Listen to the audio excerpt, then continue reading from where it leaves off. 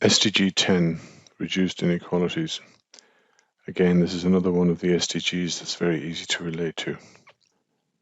So the underlying principle for SDG 10 is to reduce inequality within and among countries. And have a look at a few statistics here.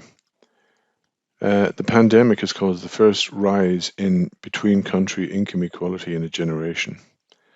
And you can see there that the COVID-19 projection is an increase in 1.2% in the inequalities.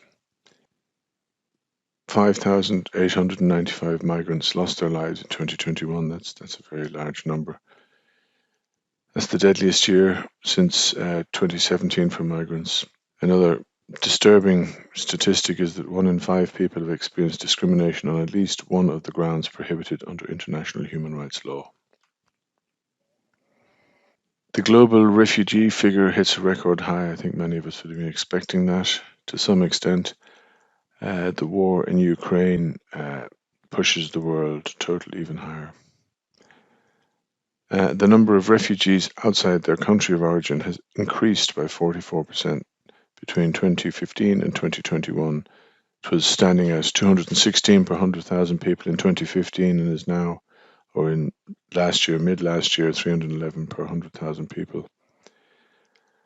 The refugee crisis, I think many of us are very aware of that, obviously from what we see on the news, and also the fact that I think a lot of us expect more of that to come as a result of the issues that we're going to have with climate change, which is driven largely by CO2 emissions, as we know. So there are 10 targets in SDG 10. The first one, SDG target 10.1, by 2030, progressively achieve and sustain income growth of the bottom 40% of the population at a rate higher than the national average. Again, this is trying to bias towards the people who are more disadvantaged. You may have heard this before, but the richest 10% of the population possess half of the global income. Across all world regions, the top 10% income share is between 35 and 60%, and in some sub-Saharan countries it's even higher than this. What do you think about that gap? Do you think that gap is evident in Ireland? Have you any experience of that? How are we going to measure this? How are we going to monitor this? What indicators are we going to use? So the proposed indicator is growth rates of household expenditure or income per capita among the bottom 40% of the population and of the total population. Clearly, that's the way to measure that. Target 10.2, by 2030, empower and promote the social, economic and political inclusion of all, irrespective of age, sex, disability, race, ethnicity, origin, religion, economic or any other status. What is most important for how healthy, wealthy and educated you are is not who you are, but where you are. Your knowledge and how hard you work matter too, but much less than the one factor that is entirely outside anyone's control. Whether you happen to be born into a productive industrialized economy or not.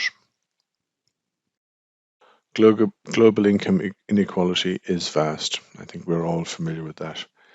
Just looking at the list of the world's richest people in compared to the world's poorest people. So how do we monitor this? The indicator here is proportion of people living below 50% of the median income by sex, age and persons with disabilities. 10.3. Ensure equal opportunity and reduce inequalities of outcome, including eliminating discriminatory laws, policies and practices and promoting appropriate legislation, policies and actions in this regard. Do you think decision makers ever make policy decisions and laws that show a lack of regard for equality?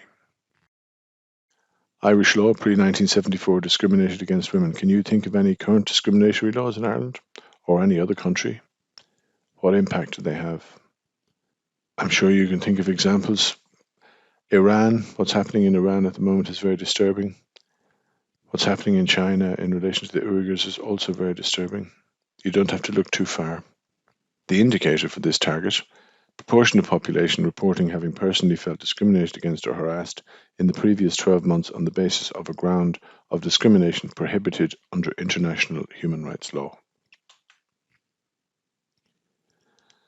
Target 10.4 Adopt policies, especially fiscal, wage and social protection policies, and progressively achieve greater equality. A fiscal policy refers to the use of government spending and tax policies to influence economic conditions.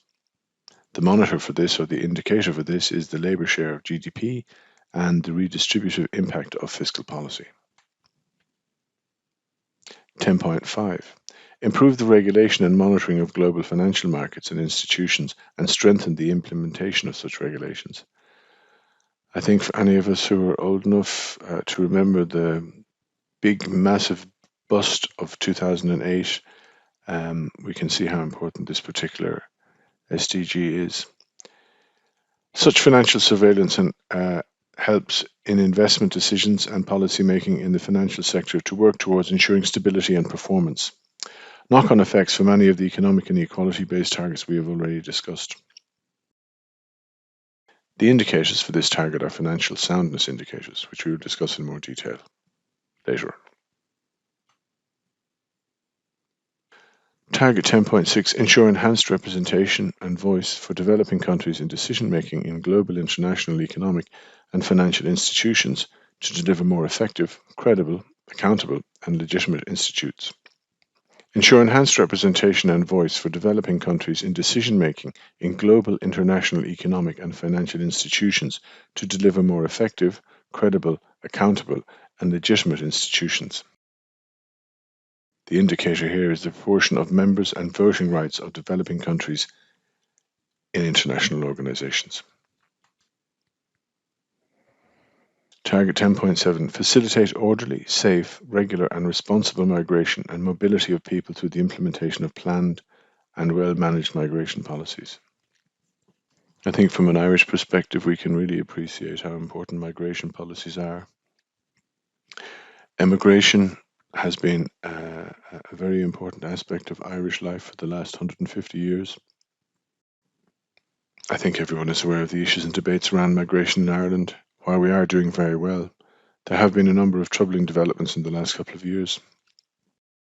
What are your thoughts on this target? And what do you think of the indicators? Recruitment costs borne by employees as a proportion of monthly income earned in country of destination, as one indicator for target 10.7. Number of countries with migration policies that facilitate orderly, safe, regular and responsible migration and mobility of people. Number of people who died or disappeared in the process of migration towards an international destination. Target 10A. Implement the principle of special and differential treatment for developing countries, particularly least developed countries, in accordance with the World Trade Organization agreements. Indicator here is proportion of tariff lines applied to imports from least developed countries and developing countries with zero tariff. How do you think least developed countries will progress if they face the same tariffs as rich countries? Target 10B. Encourage official development assistance and financial flows, including foreign direct investment, to states where the need is greatest, in particular least developed countries, African countries, small island developing states, and landlocked developing countries, in accordance with their national plans and programs. The indicator for this target is the total resource flow for development by recipient and donor countries by type. And if you think, as per the previous goal, how can we achieve global change if we do not recognize the current inequality and put measures in place to rectify this? These are all issues that I think are probably very relevant for all of us. Target 10C. By 2030, reduce to less than 3% of the transaction costs of migrant remittances and eliminate remittance corridors with costs higher than 5%. This is a particularly interesting target. Remittances represent the money sent by migrant workers back to their home countries. A remittance corridor is essentially the sum of remittances sent between two specific countries. Hundreds of billions of dollars are sent in remittances globally each year. A disproportionately large amount of this vast flow is captured in just a handful of bilateral channels. Do you think the remittance transaction costs of over 5% are fair? I think this is very poignant for a lot of people in Ireland, as many developments happened in Ireland as a result of the money that was sent back from Britain, the UK, America, Canada, Australia over the years from people working there. I think many people were fortunate at the time to have various systems in place where you could send money fairly safely. But the idea that it's been capitalized on, which it is, it's an interesting little statistic here that the global average cost of sending $200 decreased from 9.3% of the amount sent in 2011 to 7.42% in 2016 and 6.3% in 2021, getting closer to the international target of 5%. But you can see 9.3% seems to be a really excessive fee for that, considering how much money is being handled.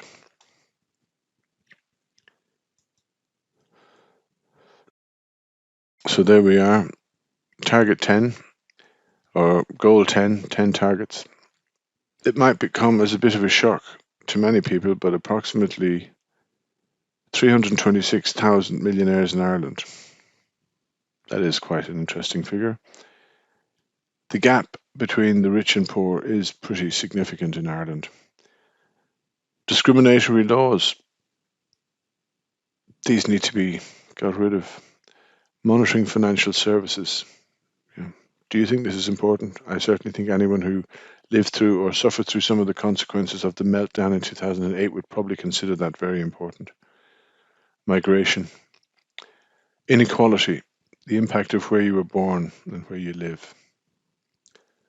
Voice and voting rights for developing countries. Remittance costs. All very important issues that we will explore in detail in the unit itself.